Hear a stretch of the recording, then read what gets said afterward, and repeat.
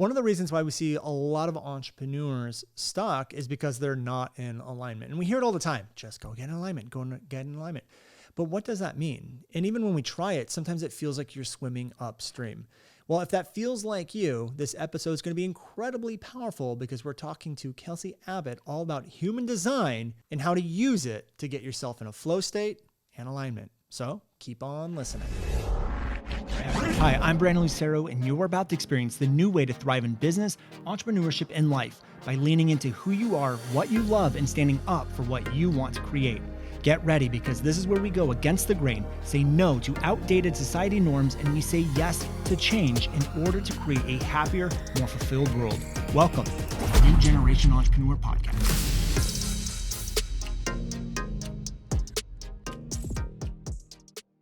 Hey everyone, welcome back to another episode of the New Generation Entrepreneur Podcast. Today is going to be an amazing podcast. We have an amazing interview for you coming up. And one of the reasons why I'm really excited is because our guest today does something I've been hearing a lot about, but I haven't taken the time to dive into it myself. So this interview will be based on a lot of curiosity, which I believe always brings out the best interviews. So today we have Kelsey Abbott, who is a intuitive human design reader, certified professional coach, instigator of joy, and the host of the Find Your Awesome podcast. So Kelsey, welcome to the podcast.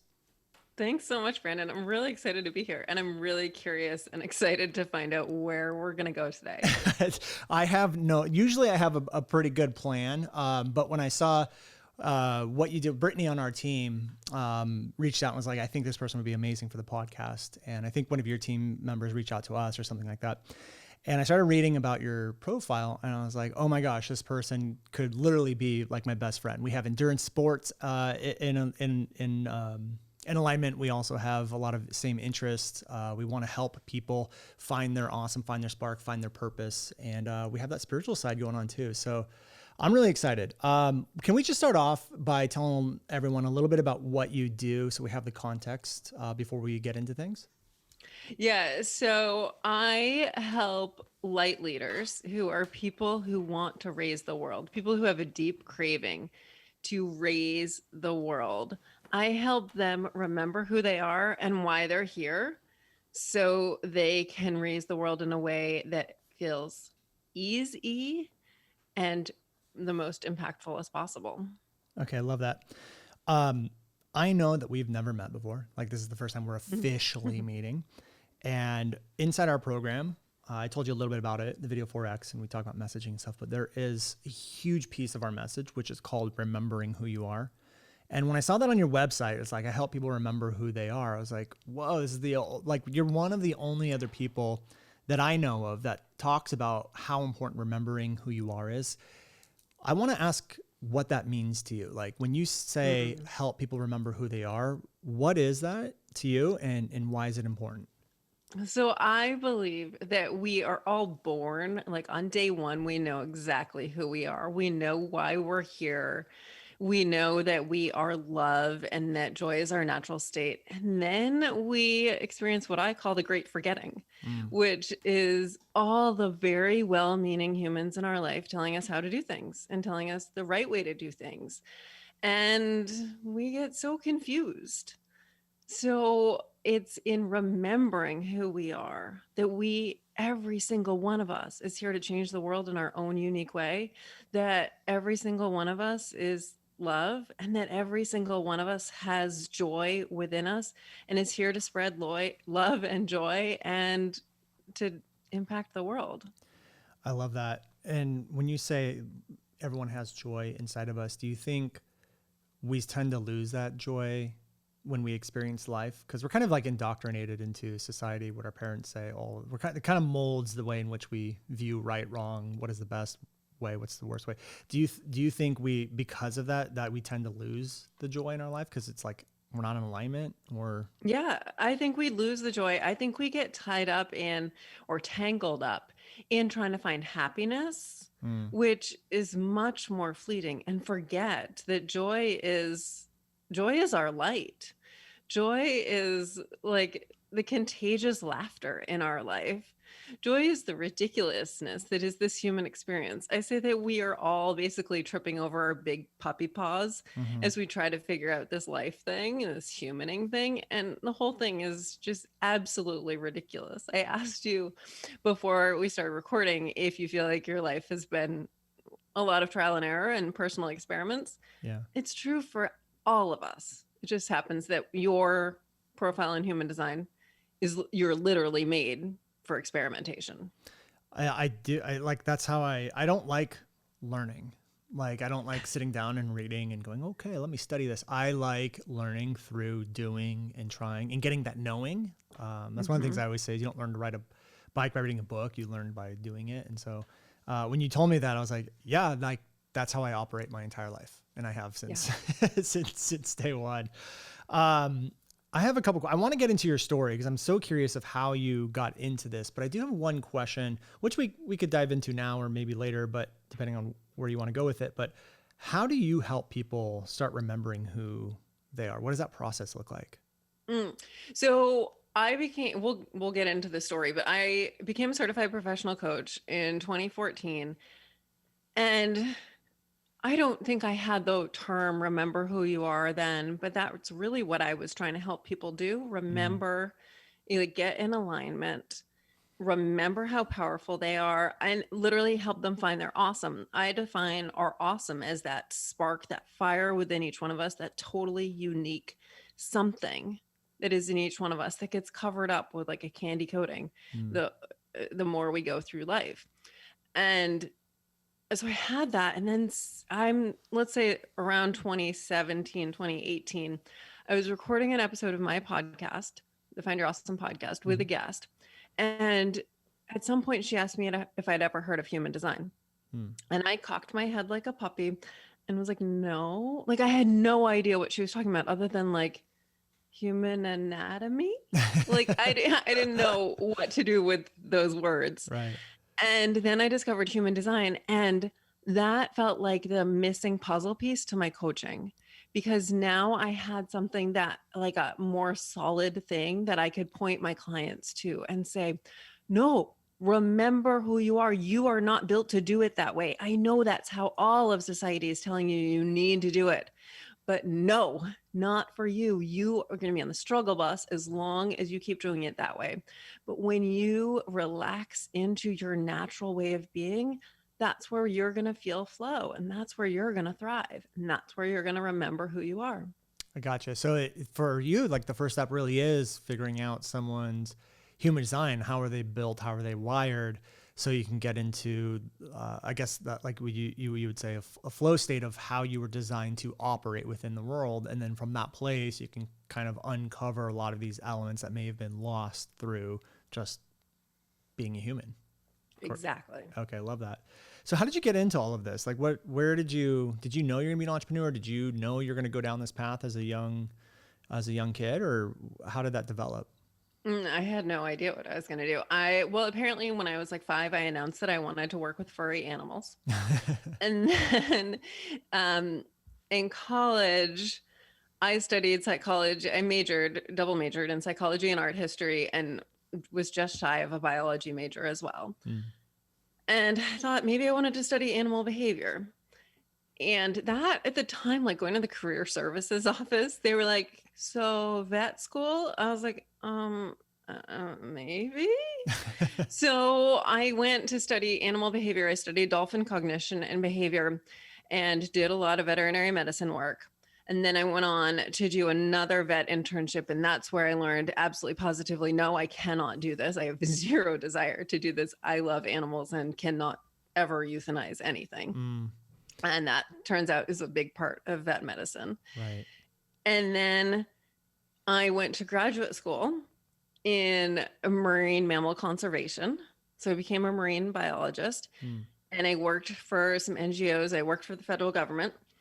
And then I was offered a big promotion for the federal government, and I turned it down and I quit. What was the promotion, if you don't mind me asking? It was actually literally doing the same thing I was doing, but getting paid like double. Oh, okay.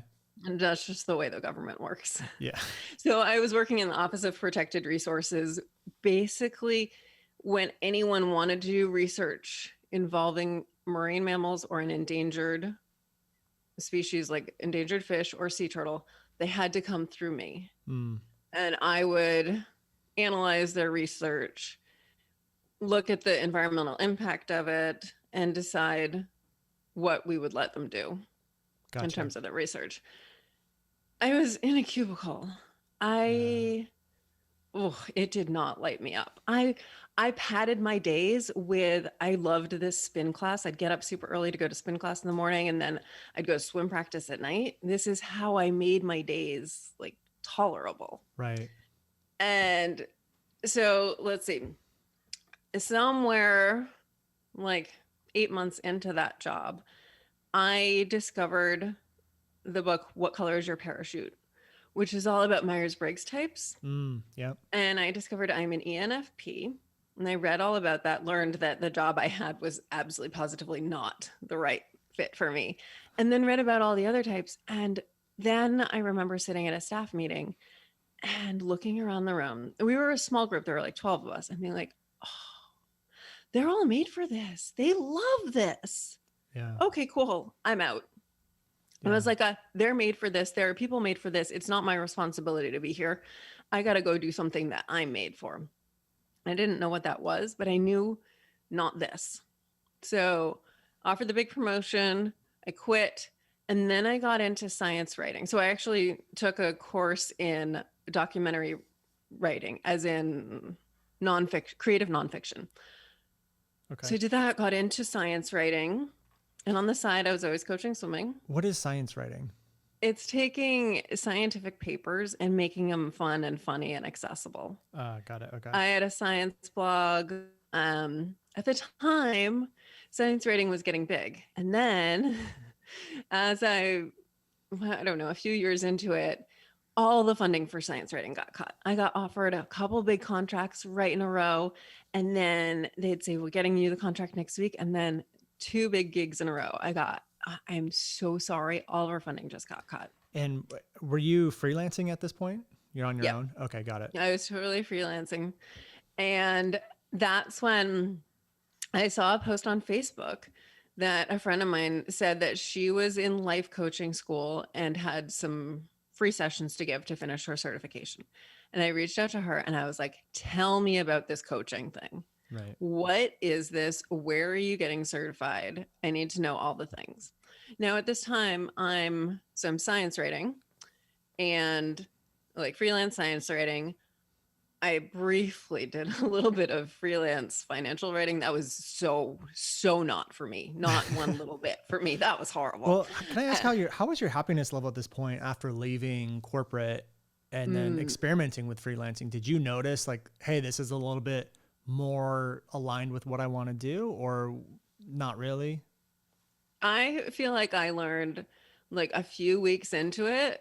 Oh yeah, I am from this day forward, like not employable. Like I have zero desire to work for anyone else or work in any sort of system ever again. Yeah. I did, however, I coached swimming and I worked as a personal trainer and I taught group fitness classes. That felt mostly free. Right. And eventually I quit most of that stuff too. I brought back weekly core classes during the pandemic because turns out they're actually really fun when taught remotely. Gotcha. Okay. So I talked to this friend about coaching school. It totally lights me up. Within a week, I'm signed up for the same program. So that brings us to getting certified in 2014. Starting my podcast in 2017. So I started my business in 2014. Also, then became an independent triathlon coach because I had been working for another company. Gotcha. And then added the human design aspect around 2018. Okay, so you started, I guess, the coaching business in 2014, and then you added human design in 2018, if I'm understanding correctly. How was business the first 4 years? So from like 2014 to 18, was it like a slow growth? Was there no growth? Was there a lot of growth? How was that? It was an unaligned growth for the most part. I wanted to coach. I really wanted to help people. And the people in my sphere then were athletes of many different levels. So I coached top triathletes. I also coached this women's triathlon team in Maine.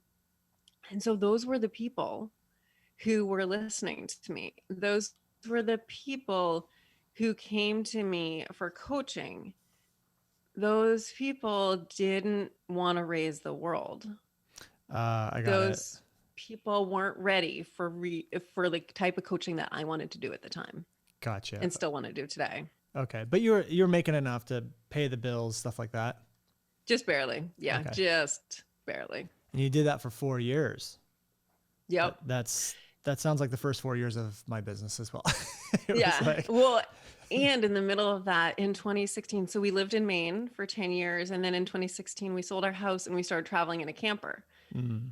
So we traveled the country for 16 months. That's awesome. So I'm still doing business full time. And that's actually, I started my podcast from the camper. So for any listeners thinking you got to wait for the perfect time to start your podcast, I started it hotspotting for Wi-Fi in a teeny tiny camper with my husband and my dog on the bed, like 3 feet away from me, being like, shh, very quiet right now. See, and that's what I love. That's kind of what the podcast stands for, is that we don't have to have a corporate 9 to 5, go to college. I mean, if you want to do that, go ahead, do that. Like you said, there are people with the design, the human design that would thrive in that kind of environment. But there's also a lot of us that don't really want that.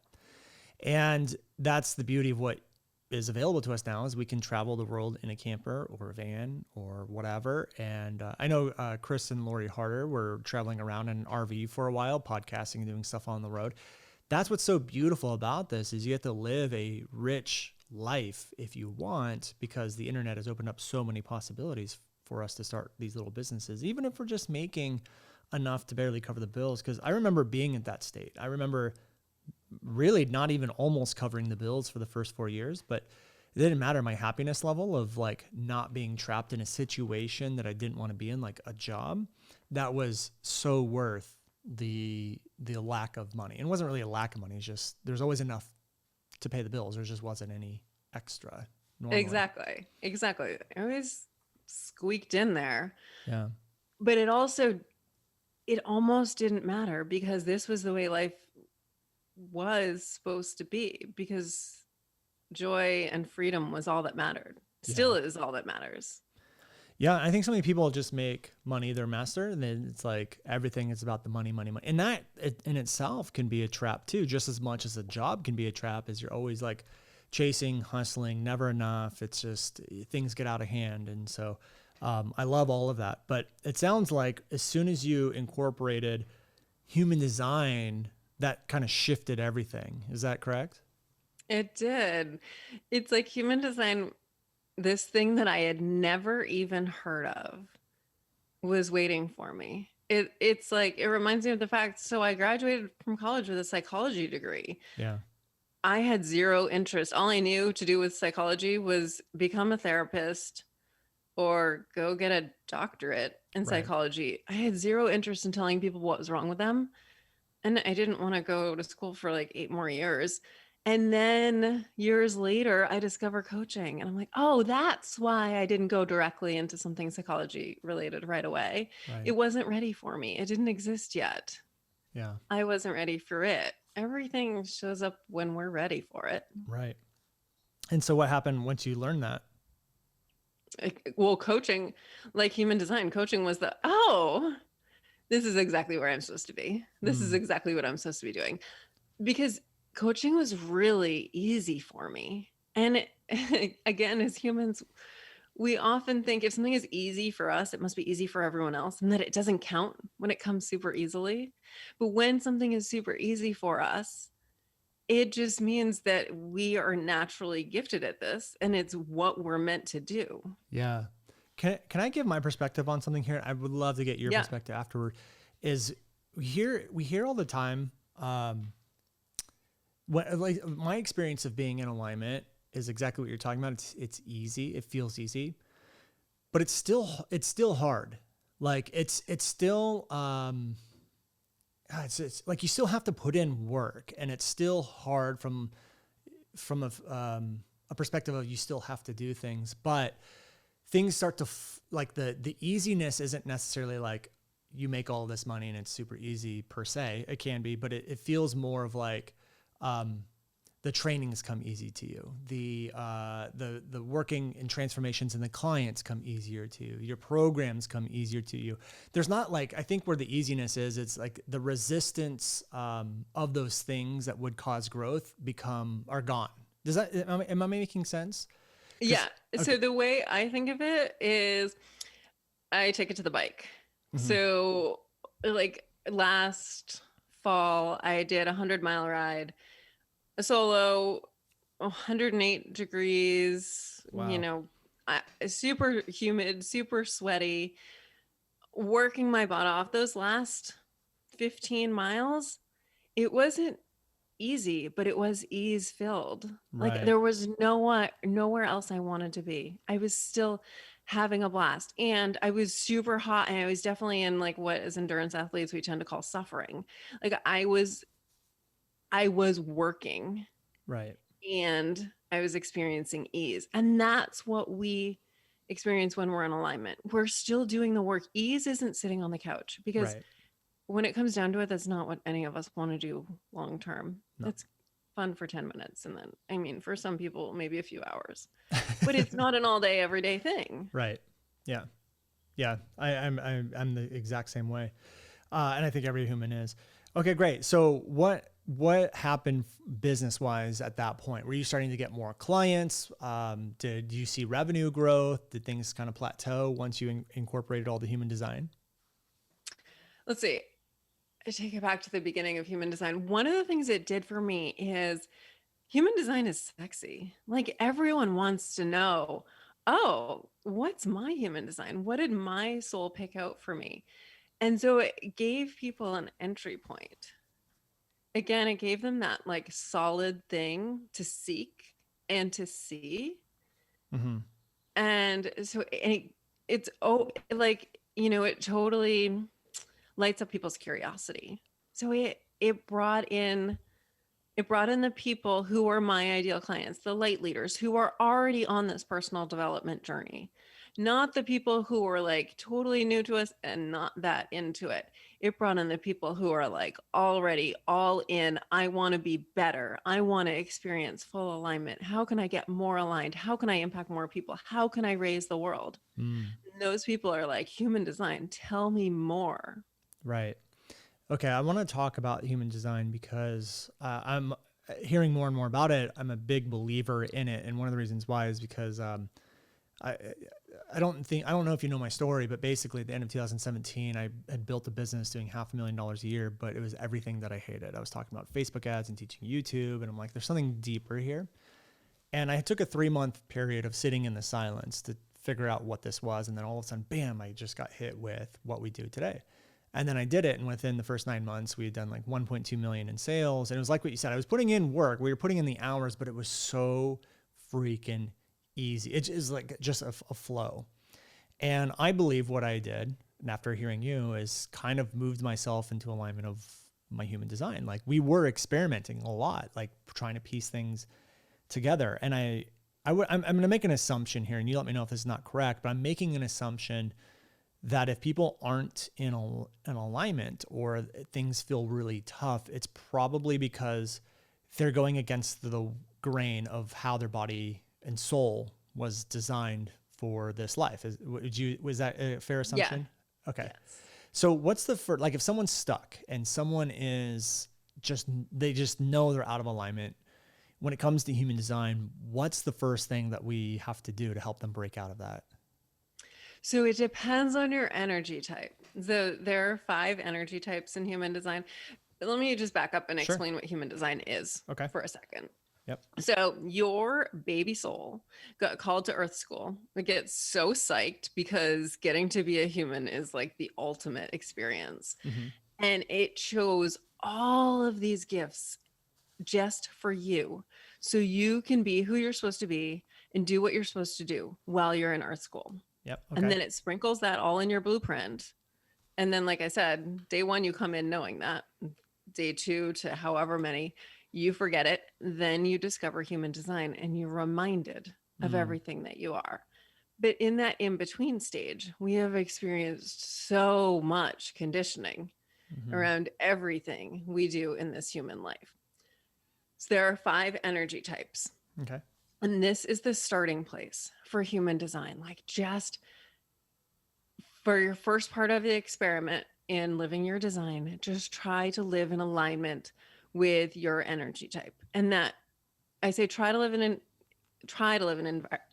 alignment, because you're going to be, it's going to, like, you're going to be on a balance beam and you're going to fall off, and then you're going to get back on over and over and over again.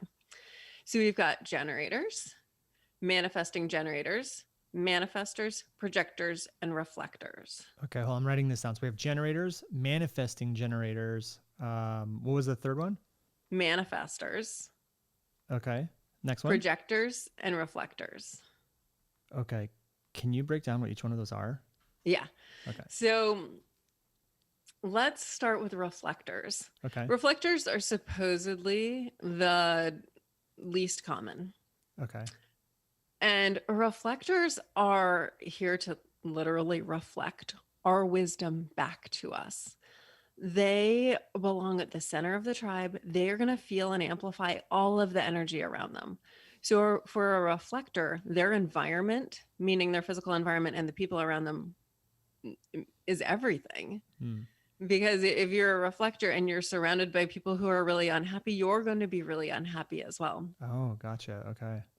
Yeah. So the reflectors are like the canaries in the coal mine. Right. They take the temperature of our culture, and we need to make sure our reflectors are healthy.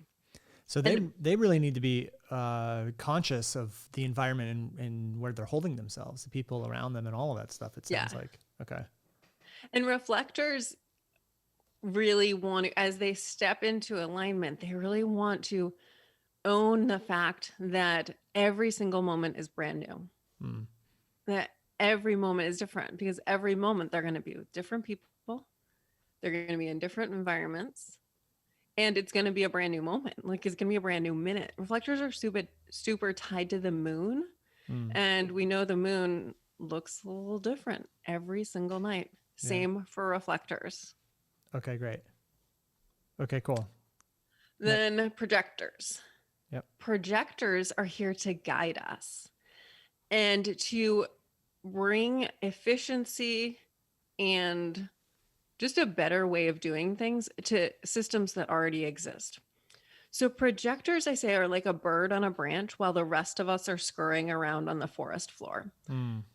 Projectors can see everyone and everything so clearly. They have this penetrating energy. So they're sitting up there on the branch, watching everything. And now imagine there's a squirrel scurrying around looking for his nuts. The projector is watching, is like, yeah, your nuts are over here. And the projector decides to yell down, "Yo, squirrel, your nuts are over here." The squirrel looks up and is like, "Who are you? Mind your own business." And, doesn't like being interrupted. Yeah. But maybe the squirrel is scurrying around and looks up and is like, "Hey, projector, I bet you see a lot from your perch up there." And the projector's like, "Yeah, I do. Do you happen to know where my nuts are?" And then the projector's like, "Yeah, your nuts are right over here." And the squirrel is like, "Oh my goodness, thank you so much. You are amazing." Yeah. So projectors have this wisdom to share with all of us, but we need to make space for that wisdom before we can receive it. Gotcha. The projector just gives that unsolicited advice. And this is true for all humans. If you get unsolicited advice, it's not going to go well. Right. But particularly for projectors, if you give unsolicited advice, the squirrel is going to say, "Mind your own business." Right. Okay.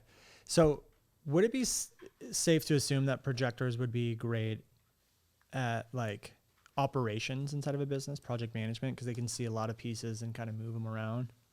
Yeah, they're also greatly, every energy type can be anything. Okay, got it. And famous projector that I can think of off the top of my head is, well, both Michelle and Barack Obama are both projectors. Oh, okay.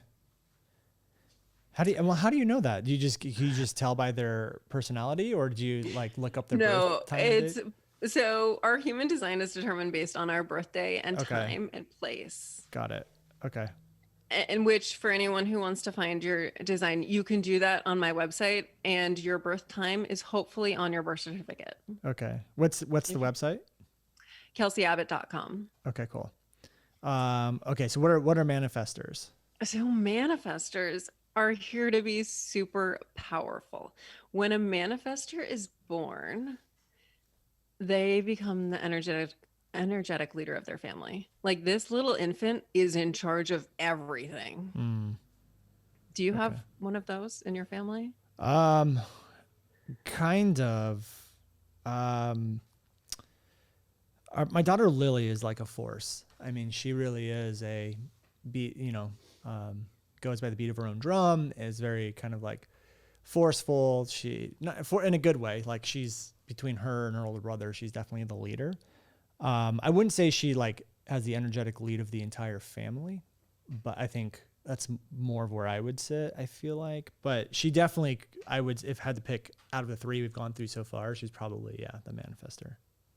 Yeah, so that's interesting just because there's a lot of manifestors are being born. I'd say the last like 10 years, there seem to be more manifestors. Interesting. And manifestors are really here to own their power. But because from that day one, their aura is just really big. A manifestor cannot sneak into a room. You feel the manifestor in the room. Everyone turns to look when a manifestor walks into a room.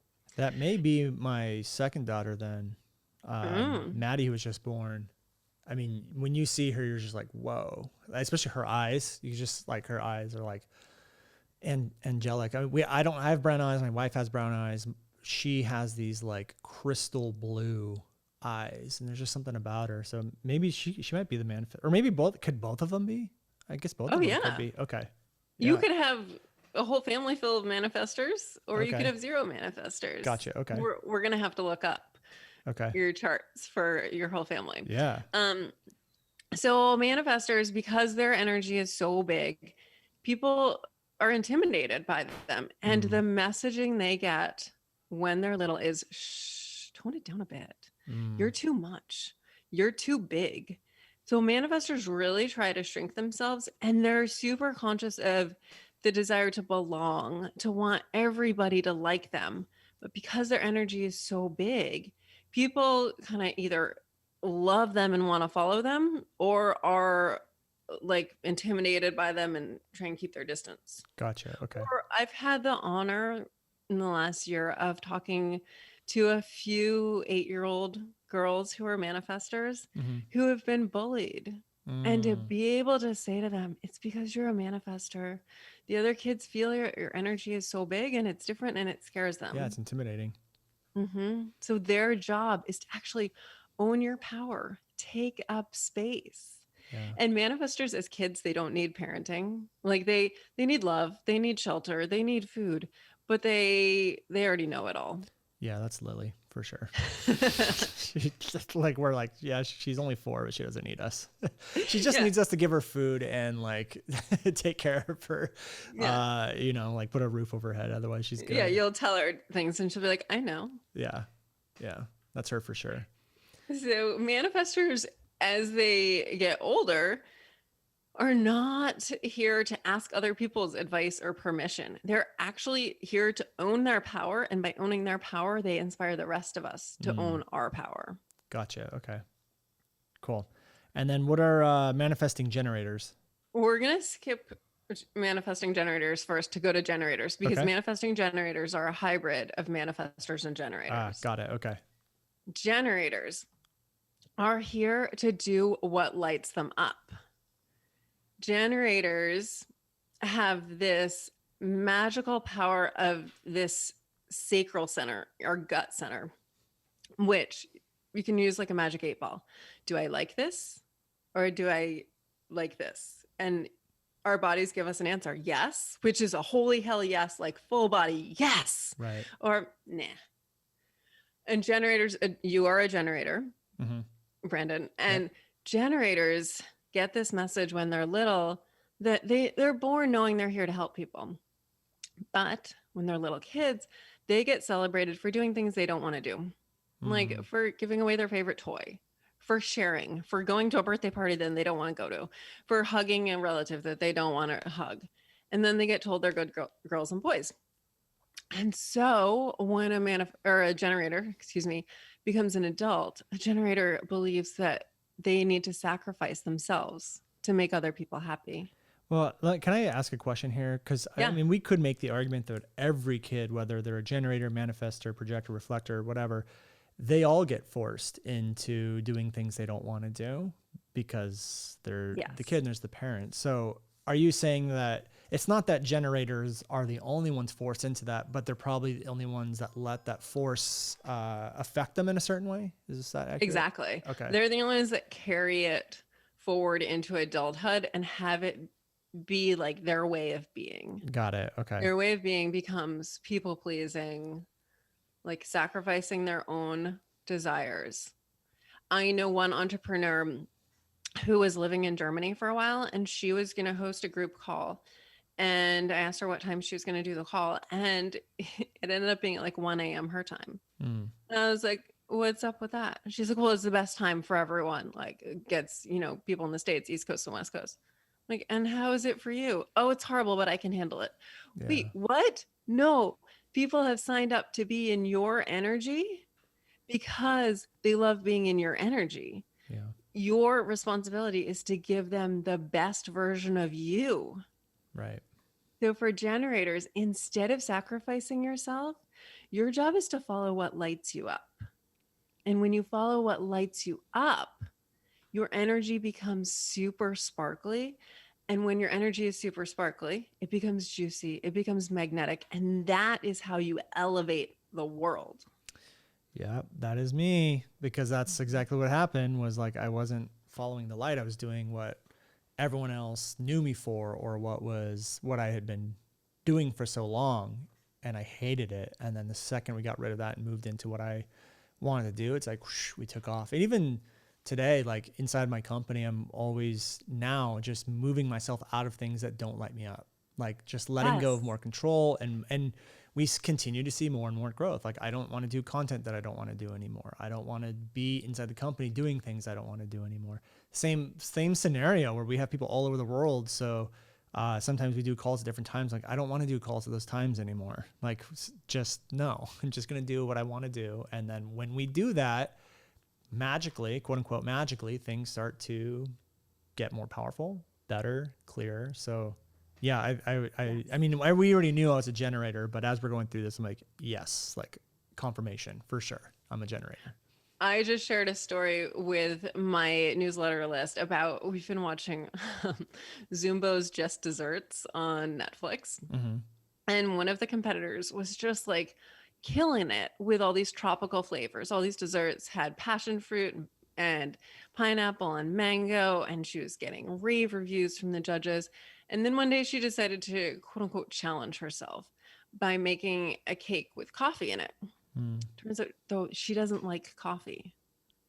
So that cake was a total flop. The judges did not like it. She suddenly ends up in the bottom two fighting for survival on the show because she had been following what lights her up, and then she stops following what lights her up and does what she thinks she's supposed to do. Right.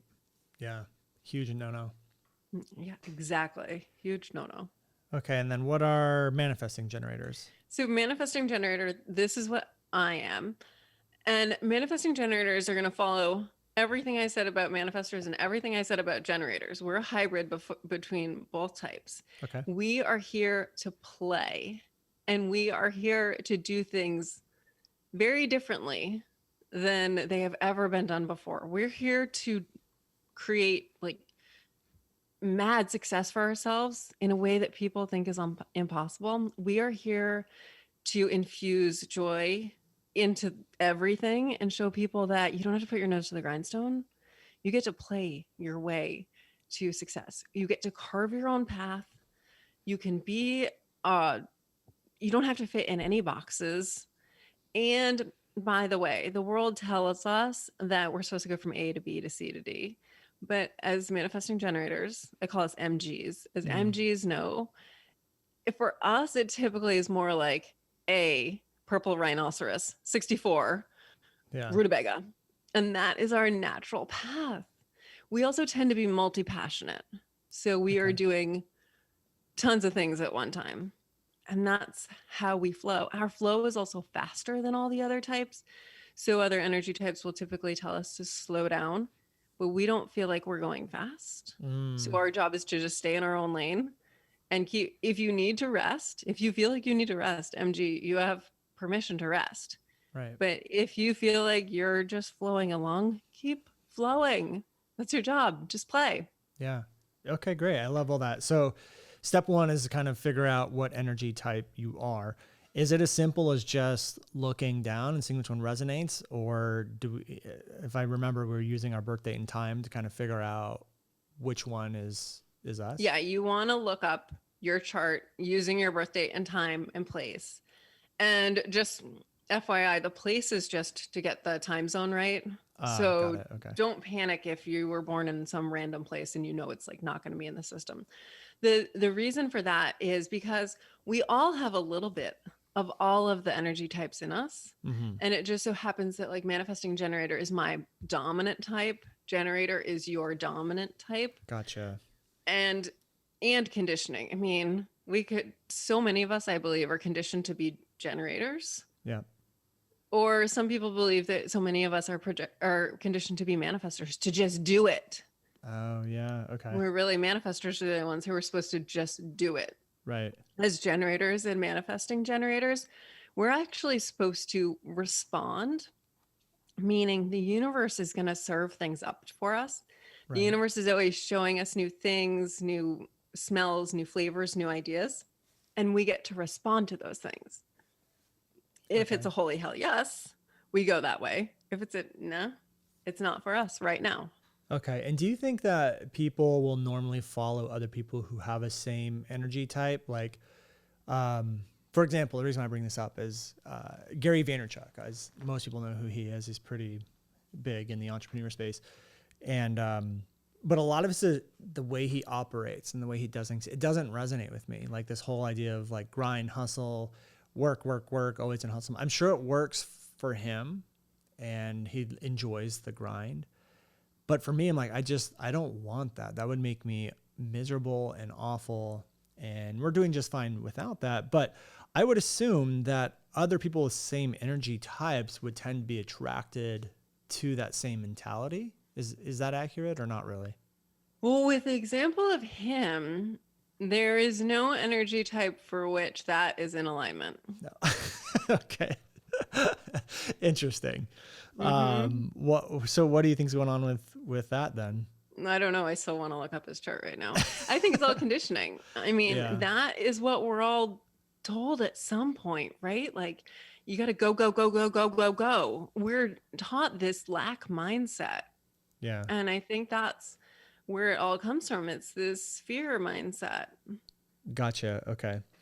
All right. So after we figure out the energy type, because you told me I was a 3-5 generator. What's the 3 and the 5? What are the numbers that come into play here? So the numbers are your profile, which is kind of like your personality.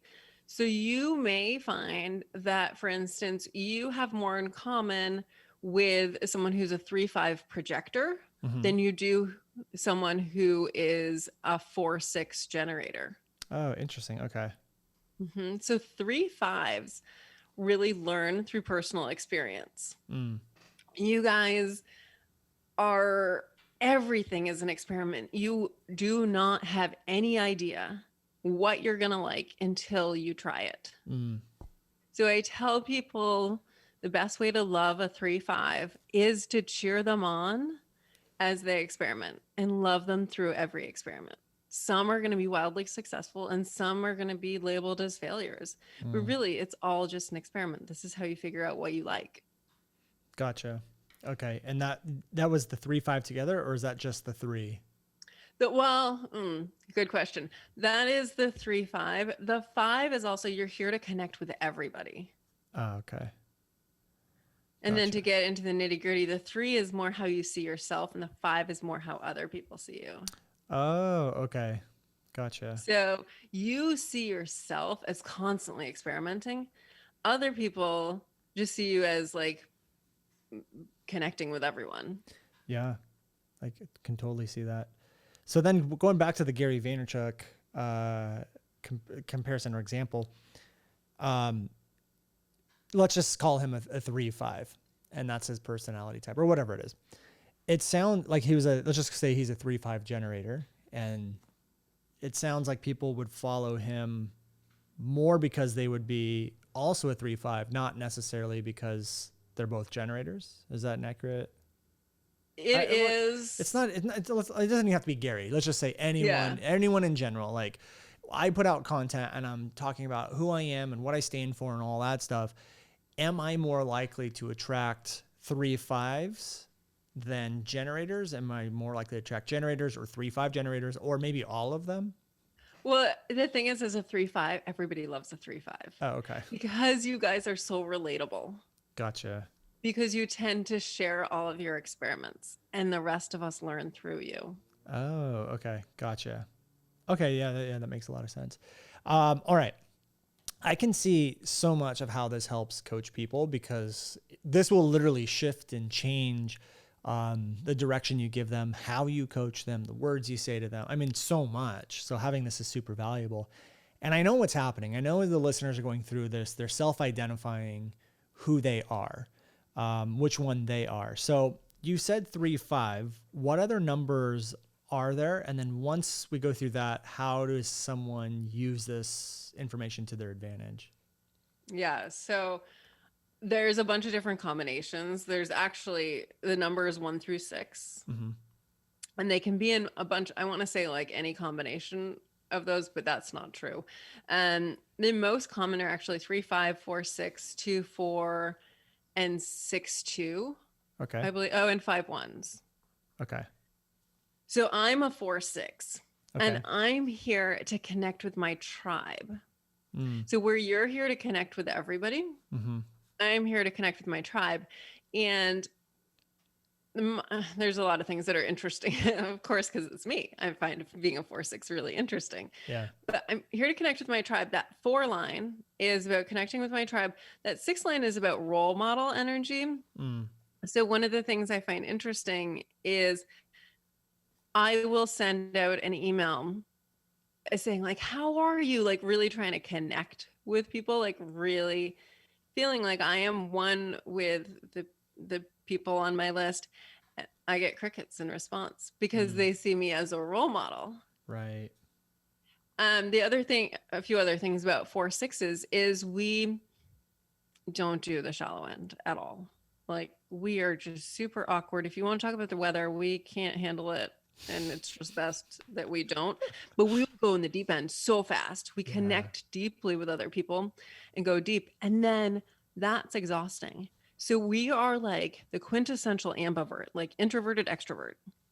I have a feeling my friend James is that, because that's how he is. He's like, I hate small talk, but let's talk about universes and galaxies, and let's just start there. I'm like, okay. Yeah, and we love 4-6s. Just love humans. Yeah. Okay, that makes sense. What's 2-4? A 2-4 is these guys are really naturally talented and they pick things up really fast, but they can't see themselves. So a 2-4 will just pick up a new skill super fast and have no idea that they're special for picking it up quickly until somebody tells them, hey, you're really good at that. But 2-4s really, when someone tells them that they're good at something, they tend to deny it. You know, they're like, oh, no. Yeah. What I tell 2-4s is you need to believe what those people are telling you, because that's the only way you can see yourself. Okay. Gotcha. And then 6-2?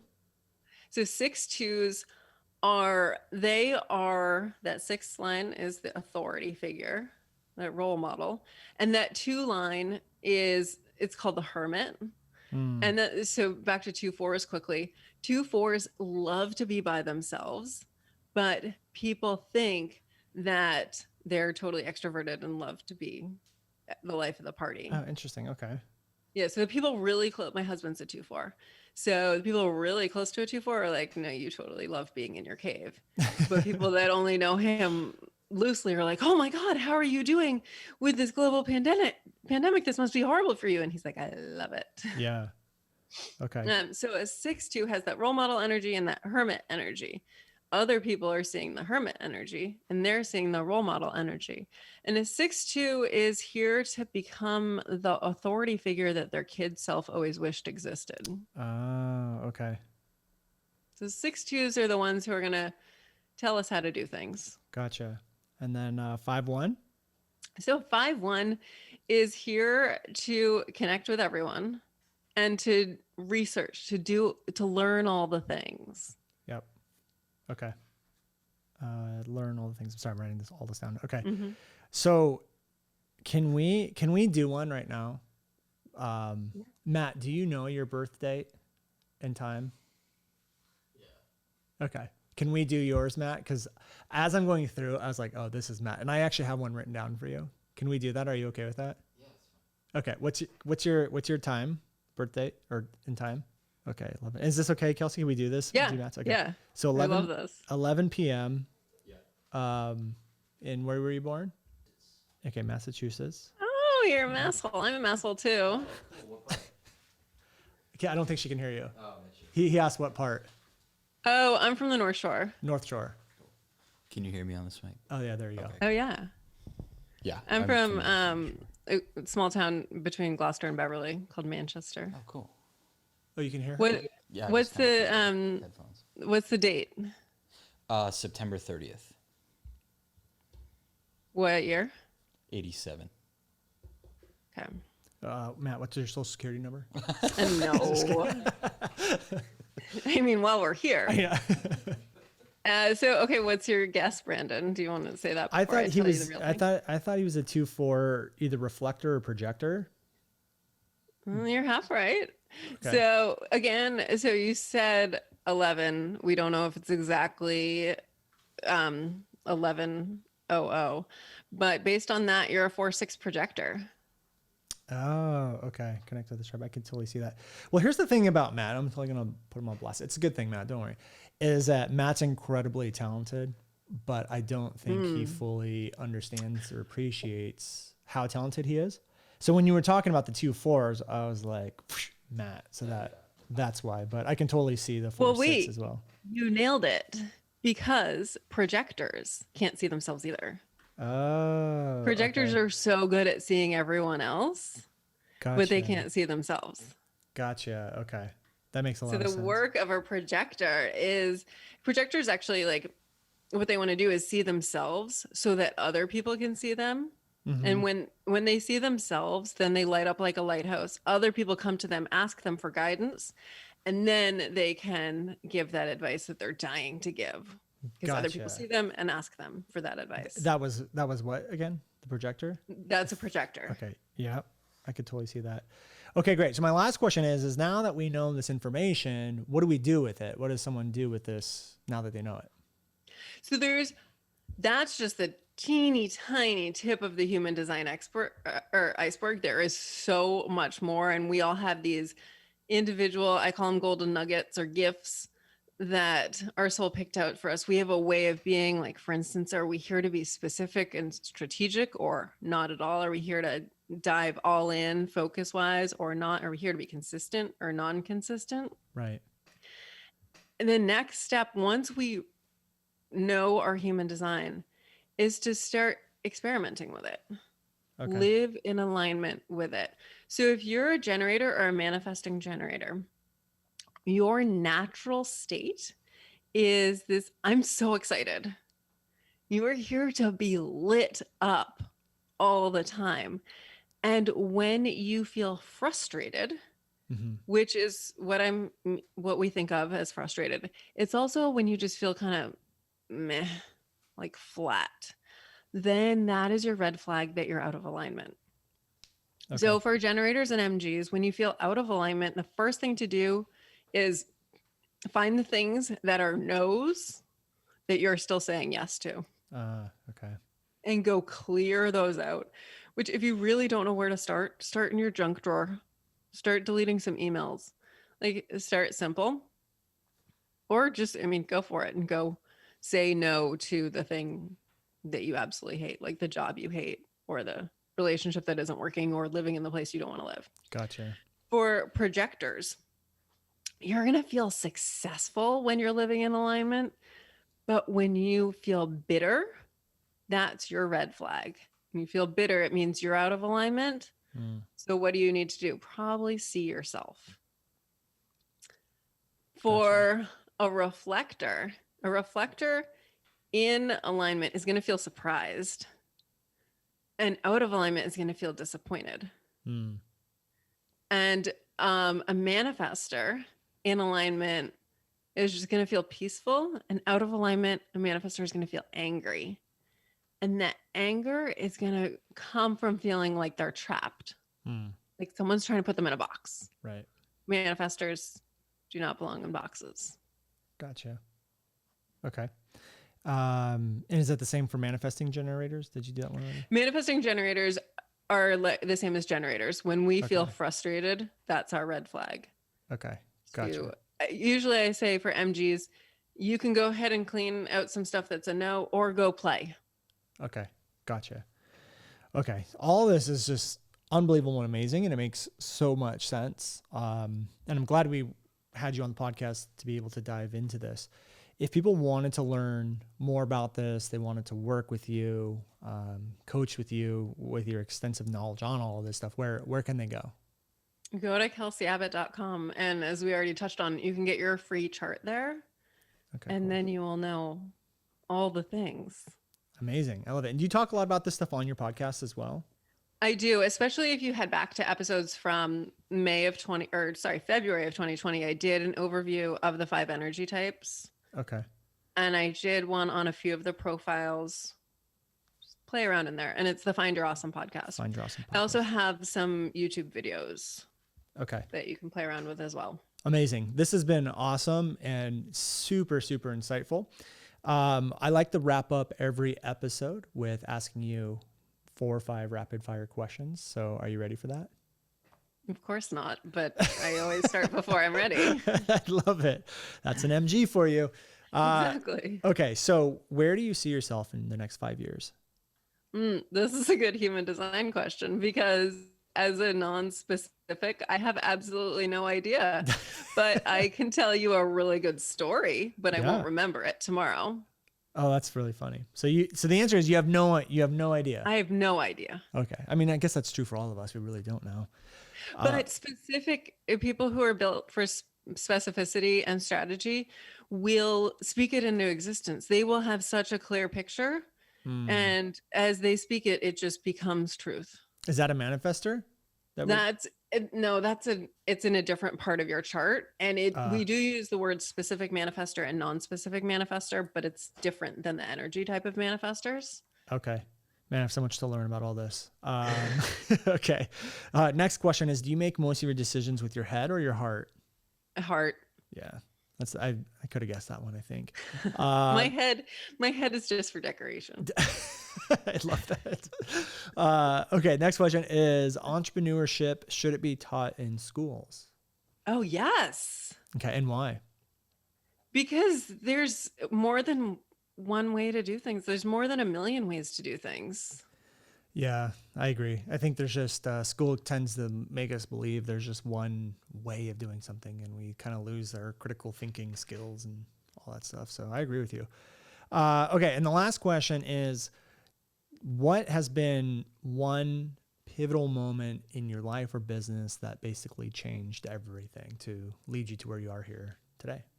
Okay. Well, the boring answer would be discovering human design, but no, let's come up with a more interesting answer.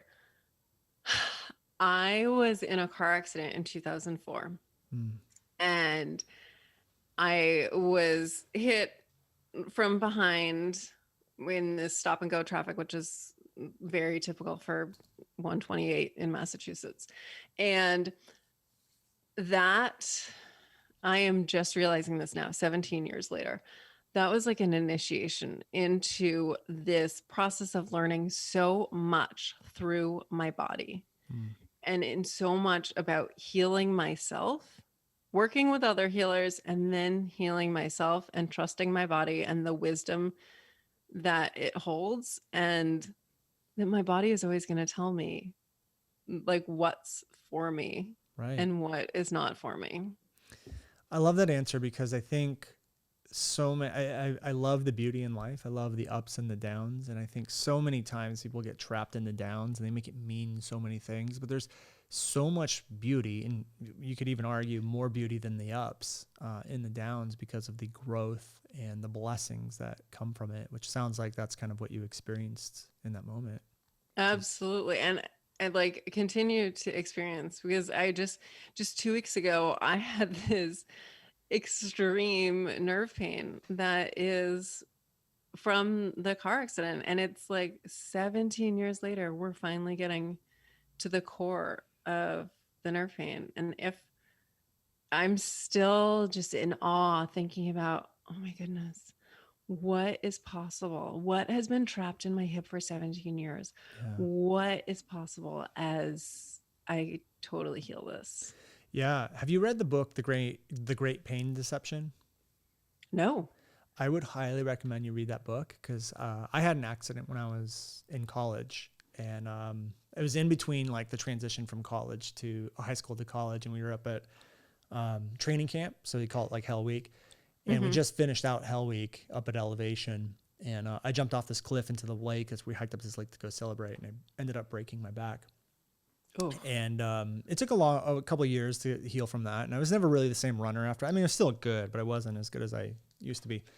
But the reason I bring this up is because for years following that, and it's been about 20 years now, almost 20 years now, I would always have a lot of back pain. But they talk about this thing inside the book that if you have an injury and it keeps flaring up for years, even though it's been physically healed, there's something else going on. There's trapped emotions or something, or trauma that come out in physical pain because the emotional pain would be too severe. So your body hides it in places where you're going to recognize, oh, that's just my old injury. I'm never going to face it.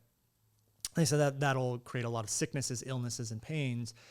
But if you can go through, they have a process in the book to go through it, and you can get rid of that pain. And that's what I did with my back. Is I remember just laying in bed crying because it hurt so bad, going through this book, not able to walk for like 5 days, reading the book, doing the exercise, and within 20 minutes, I'm like walking around perfectly fine. I mean, it was unbelievable. So I think you would really enjoy that book, and anyone listening would really enjoy that book because it's, oh my goodness, it's really powerful. Yeah. Yeah. Because again, they say, like in yoga, they say our hip, we trap so many emotions in our hips. And that the last, or a session I had, I guess like a week and a half ago I'm working with this fascia specialist.